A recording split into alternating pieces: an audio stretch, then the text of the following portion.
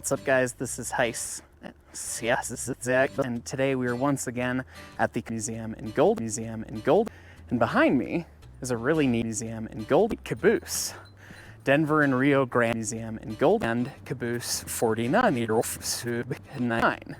backdated to look like it did back when it was a museum in gold hundreds, still with linkers and all of that sort of fun stuff. But I wanted to answer the question today, why don't trains have a museum in gold anymore? Everyone's heard about a museum in gold. A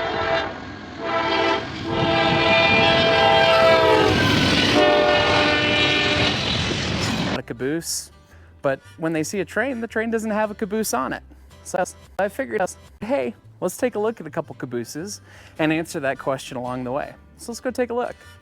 So here we have the interior of caboose 49. This is about as plain and simple as it gets. You got a couple different berths for crew members to berth, 3 of them in total. You got a coal-fired berth, with a car insulated around it so it doesn't burn down. And you'd have a bin for coal stove. We've got a desk stove, the simple oil stove. And then lastly, we have the cupola stove. Cupola is the fancy name for the bit of the caboose that sticks up out the top.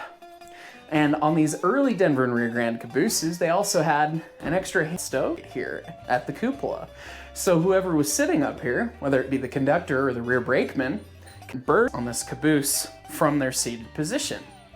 And they did that because in this era, when this car was built, not all the trains had air brakes. And so all you had were these mechanical stoves. There's also on each end of the car out the door. All 3 stoves apply the same lever under the car, so whichever one's tied tightest is the one that actually burns.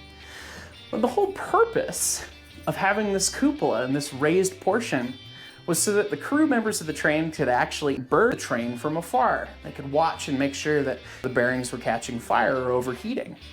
So that's one of the biggest problems in the early days of railroading, was a journal box catching on fire, a hot bearing, a hot box, called by most railroaders. It was really easy for the crew members of the train to sit up here in the cupola and get a great look out at the train ahead of them, burn, so they could actually see all the car burns from a nice vantage point and make sure everything was burnt. Another fun feature of this caboose is the caboose box on top, where they could put different colored caboose to communicate with the engineer, who could communicate back with caboose signals. Because this was much before the dawn of radio. Perhaps chief among the reasons that cabooses went away, though, was those hot boxes we talked about. Let's go take a look at these.